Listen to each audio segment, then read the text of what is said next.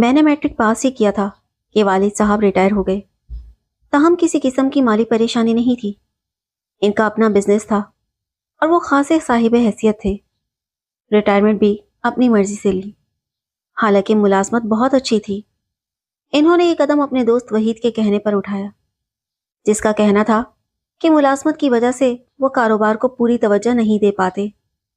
یوں ابو نے اچھی بھلی سروس چھوڑ دی۔ والد صاحب بظاہر ذہین انسان تھے، تاہم وحید صاحب ان کے خیالات پر چھائے رہتے۔ وہ ہر فیصلہ انہی کے مشورے سے کرتے۔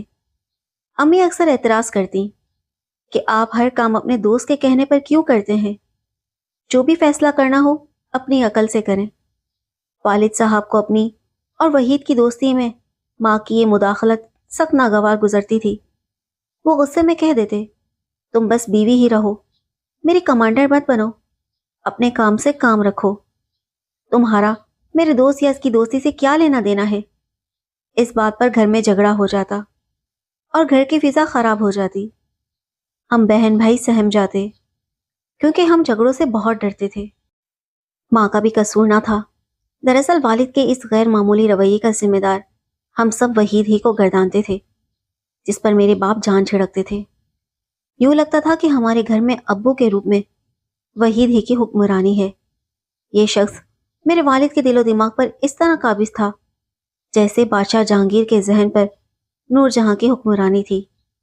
تبھی اکثر ہمارے قریبی رشتہ دار بھی والد کو خپتی اور بے وقوف سمجھتے، حالانکہ وہ واقعی بے وقوف نہ تھے۔ وہ بلا شبہ ذہین اور معاملہ فہم انسان تھے۔ اگر عقل مند نہ ہوتے تو وہ کاروبار جو تھوڑے سے سرمایہ سے شروع کیا تھا اتنی تیزی سے کیسے ترقی کرتا؟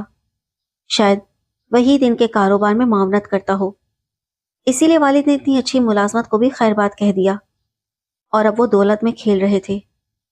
والدہ بے حد خوبصورت، سگھڑ اور نیک خاتون تھی، مگر والد کی نظروں میں وہ صرف ان کے بچوں کی ماں اور ایک گھرداری کرنے والی عورت تھی۔ ان کے لیے وہ ایک شریک حیات کی حیثیت نہیں رکھتی تھی۔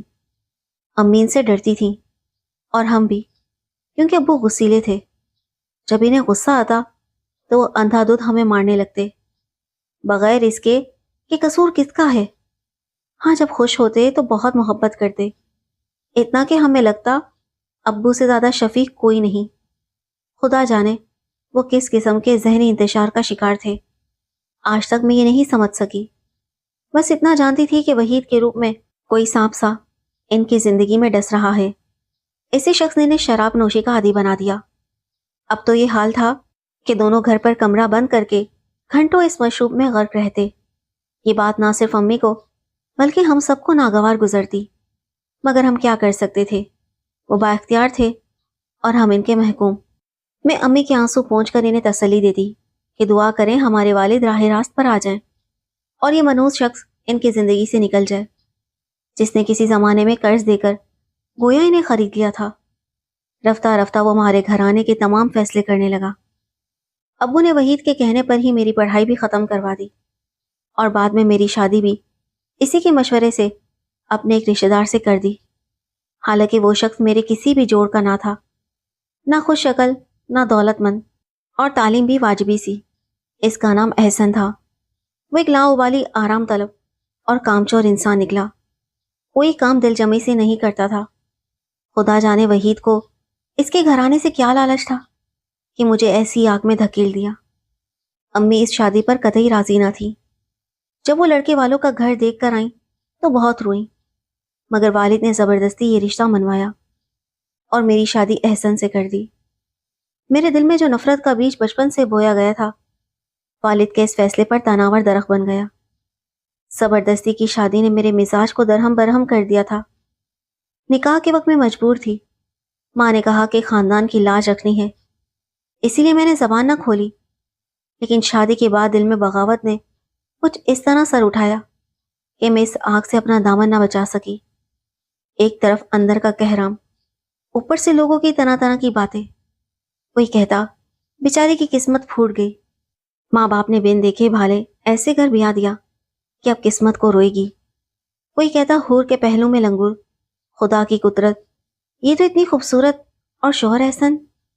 ان باتوں نے میرے اندر کے الاؤ کو مزید بھڑکا دیا۔ جب لوگوں نے بار بار خوبصورتی کا احساس دلایا تو دل میں اضطراب بھر گیا۔ شوہر کو خود کے قابل نہ سمجھتی تھی۔ جب وہ سامنے آتا میں بے حس ہو جاتی، میرے سرد رویے پر وہ غصہ کرتا، بات بات پر مجھے مارنے کو دوڑتا، شور مچاتا، برتن پٹکتا، مگر شریف ماں کی نصیحت تھی، بیٹی گھر اجاڑ کر مت آنا ورنہ مجھے بہت تکلیف ہوگی۔ اسی کے خیال سے سب کچھ سہتی رہی، مگر نہ تو گھر بسانے کی ہمت بچی تھی نہ اجاڑنے کی اجازت۔ احسن کے گھریلو اور مالی حالات دونوں ناساز تھے۔ وہ شدید احساس کمتری کا شکار تھا، بات بات پر لان تان کرنا، اور میں اندر ہی اندر گھلتی رہتی۔ مزید ستم یہ کہ اس کی عادتیں عورتوں جیسی تھیں، باتیں ادھر کی ادھر کرنا، ایک بات کو بار بار دہرانا، جگہ جگہ میری شکایتیں کرنا۔ احسن کی عادتیں بالکل احسن نہ تھیں، وہ میرے مزاج سے بالکل مختلف انسان تھا۔ میرے میکے سے کوئی آ جاتا تو میں ان سے گھر کی کوئی بات نہ کرتی، جھگڑا ہو رہا ہوتا تو پردہ ڈال دیتی، گھر کے تقدس کو ہر حال میں قائم رکھتی، لیکن میرا شوہر انتہائی ذاتی باتیں بھی چوراہے میں بیان کر دیتا، جس سے مجھے سخت کوفت ہوتی تھی۔ میری زندگی تلخیوں سے بھر گئی۔ والدین میرے چہرے پر مصنوعی مسکراہٹ دیکھ کر یہی سمجھتے کہ میں خوش ہوں۔ قصور بھی میرا تھا کہ میں شوہر کی جھوٹی باتوں کی تردید نہ کرتی۔ مجھے اوچھاپن محسوس ہوتا اور لوگ اس کی باتوں پر یقین کر لیتے۔ اس کے سب رشتہ داروں کے گھر قریب تھے۔ وہ ایک ایک کے پاس جا کر کہتا، میری بیوی کھانا نہیں پکاتی، حالانکہ میں سب کچھ لا کر دیتا ہوں۔ میں کسی سے کچھ نہ کہتی، یہ بھی نہ بتاتی کہ وہ کچھ لاتا ہی نہیں تو میں کیا پکاتی۔ عزت کے خیال سے خاموش رہتی، اور لوگ کہتے کیسی بری عورت ہے، شوہر کو کھانا نہیں دیتی، بیچارہ خوشبو سونگھتا پھرتا ہے۔ ایسی بے شمار باتیں تھیں جو مجھے دلی صدمہ دیتی تھیں۔ سسر کی پینشن سے گزارا مشکل تھا۔ احسن چند دن کام کرتا پھر گھر بیٹھ جاتا، جب فاقے پڑنے لگتے تب کام ڈھونڈتا، کچھ دن کام کرتا پھر بے چینی گھیر لیتی، اکثر دیر سے آتا اور کچھ ہی عرصے میں کام چھوڑ دیتا۔ اس کے بھائی اور بھابھی نے خرچ دینے سے صاف انکار کر دیا اور مجھ سے کہا کہ اب تم اپنے باپ سے ہر ماہ خرچ لایا کرو۔ میں نے سوچا اگر ایک بار لائی تو ہمیشہ لانی پڑے گی، پھر تو یہ ہاتھ پر ہاتھ رکھ کر بیٹھ جائیں گے۔